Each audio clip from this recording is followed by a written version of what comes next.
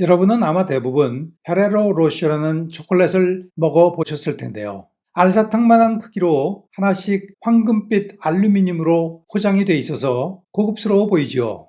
헤이즐넛과 초콜릿 크림이 조화된 맛 역시 일품이고요. 제가 오늘 소개할 사람은 미켈레 페레로라는 이탈리아 기업인인데요. 그는 바로 이 페레로 로쉐를 매년 48억 개나 판매하고 있다고 합니다.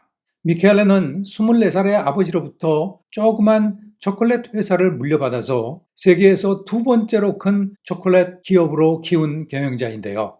2008년 그의 재산은 우리 돈으로 35조 원으로 평가되어서 이탈리아 최고 부자로 등극했다고 합니다.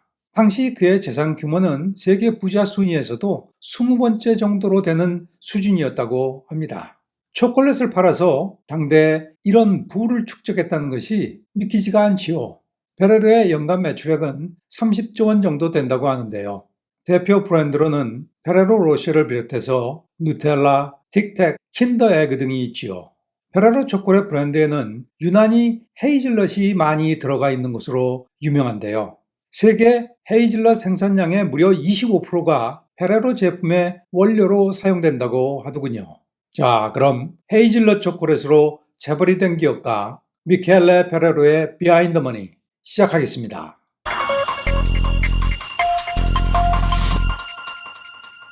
초콜릿 회사 페레로를 창업한 사람은 미켈레 페레로의 아버지이기 때문에 아버지 얘기를 잠깐 말씀드리도록 하겠습니다. 미켈레의 아버지 피에트로 페레로는 근면 성실하기는 했지만 사업적 재능은 평범한 수준이었던 것 같습니다.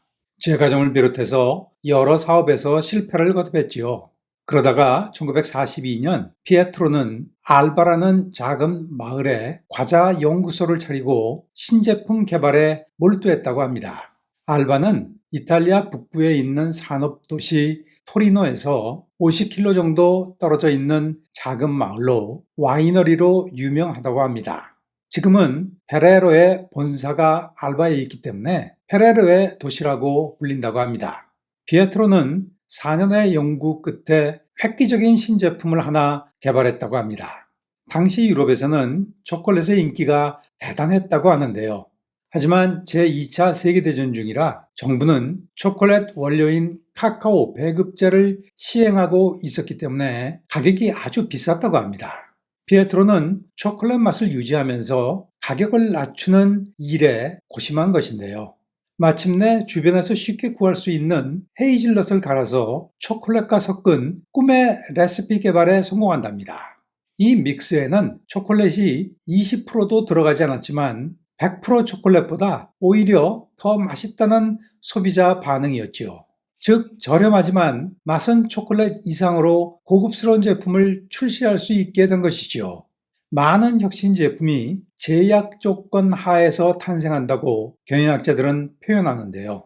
전쟁으로 발생한 초콜릿 배급제라는 제약 조건 때문에 피에트로는 헤이즐넛 초콜릿 믹스를 개발할 수 있었다는 말입니다. 이 신제품의 인기는 기대 이상이었다고 합니다. 원래는 노동자들의 점심 대용품이나 빵에 올려 먹는 제품으로 기획되었다고 하는데요. 그런데 얼마 지나지 않아 어린이들의 간식이나 디저트로 큰 인기가 있음을 알게 되었다고 합니다. 폭발적인 수요 증가와 함께 수작업으로 제품을 생산하는 것이 불가능해지면서 1946년 피에트로는 그의 나이 48살에 결국 페레로라고 하는 회사를 설립했다고 합니다. 생산 공장은 알바에 건설했고요. 사세가 확장되면서 피에트로의 동생도 회사로 합류했다고 하는데요. 피에트로는 연구개발 그리고 동생은 판매 및 운영 관리를 분담해서 맡았다고 합니다. 그리고 피에트로의 외동아들 미켈레 페레로 역시 20살에 아버지 회사에 합류했다고 합니다. 하지만 피에트로는 회사 설립 후 3년 후 심장마비로 급사하게 되었고 작은아버지마저 몇 달 뒤에 세상을 떠났다고 합니다. 미켈레는 불과 24살 때 사장이 되었지요. 페레로가 세계적인 초콜릿 기업으로 성장한 가장 중요한 이유는 우선 독특한 제품에서 찾을 수 있는 것 같습니다. 페레로는 누텔라, 빅텍, 킨더 에그, 페레로 로쉐 등 최소 20개 이상의 신제품을 직접 발명하고 성공시켰다고 합니다. 그중 몇 개를 좀 더 살펴보도록 하겠습니다. 미켈레는 아버지가 개발한 헤이즐넛 초콜릿 믹스 제품을 획기적으로 개량한 브랜드 누텔라를 1964년 출시했는데요. 누텔라는 초콜릿을 소비하는 방식을 바꾼 제품으로 유명하답니다. 그는 기존 믹스에 식물성 기름을 비롯한 몇 가지 원료를 추가했고, 이를 병에 담아 끈적한 액체 형태로 판매하기 시작한 것인데요. 그리고 빵에 발라먹는 초콜릿 스프레드로 광고를 했고요. 누텔라는 초콜릿을 소비하는 새로운 방법을 제시한 점에서 높게 평가할 만하지요. 저렴한 가격은 덤이었고요. 누텔라는 출시와 함께 그야말로 대박이 났다고 합니다. 이 신제품의 성공으로 페레로는 전 세계 시장으로 진출하는 계기를 마련했고요. 페레로는 매년 35만 톤 이상의 누텔라를 생산하고 있다고 합니다. 미켈레의 마케팅 감각을 엿볼 수 있는 또 다른 신제품으로 킨더 서프라이즈 또는 킨더 에그를 들 수 있는 것 같습니다. 이탈리아 부모는 부활절에 아이들에게 안에 장난감이 들어있는 큰 초콜릿 달걀을 선물하는 전통이 있다고 합니다. 미켈레는 이 전통에서 영감을 받아서 매일 아이들에게 작은 놀라움을 선사해 줄 수 있는 신제품을 출시한 것인데요. 1974년부터 출시된 킨더 에그는 작은 장난감이 들어있는 노란색 플라스틱 캡슐을 둘러싼 달걀 형태의 밀크 초콜릿이랍니다. 부모는 부활절에만 달걀을 줄 것이기 때문에 시장성이 없다면서 주위 사람들은 그를 만류했다고 하더군요. 하지만 미켈레는 오히려 반대로 생각했다고 합니다. 킨더 에그는 원래 아이들을 염두에 두고 출시한 신제품인데요. 하지만 현재 킨더 에그 속에 들어있는 장난감을 수집하는 어른들도 많다고 합니다. 현재까지 약 15,000개의 다양한 킨더 에그 장난감이 출시되었다고 하더군요. 어떤 사람은 킨더 에그를 개봉하는 장면을 소셜 미디어에 공유하기도 하고, 자신만의 장난감을 만들어서 킨더 서프라이즈 포장을 새로 하는 사람도 있다고 합니다. 1974년 이래 킨더 에그는 전 세계적으로 300억 개 이상이 판매되었다고 합니다. 페레로 제품 중에 제가 개인적으로 가장 좋아하는 것은 앞서 말씀드린 페레로 로쉐인데요. 알사탕만한 크기로 하나씩 알루미늄으로 포장이 되어 있어서 고급스러워 보이지요. 헤이즐넛, 웨이퍼, 그리고 초콜릿 크림이 조화된 맛 역시 일품이고요. 발렌타인데이나 연말연시 선물로 우리나라에서도 인기가 높은 것으로 알고 있답니다. 페레로는 아버지 시절부터 헤이즐넛에 꽂힌 것 같은데요. 세계 전체 헤이즐넛 유통 물량의 25%를 페레로 단일 회사가 사용한다고 합니다. 참고로 세계 헤이즐넛의 약 70% 이상이 터키에서 생산된다고 하는데요.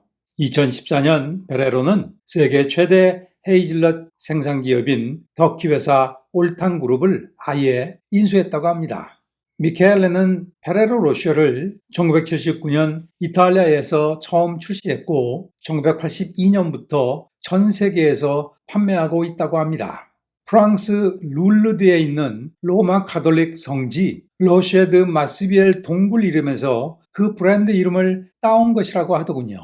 참고로 미켈레는 독실한 카톨릭 신자라고 합니다.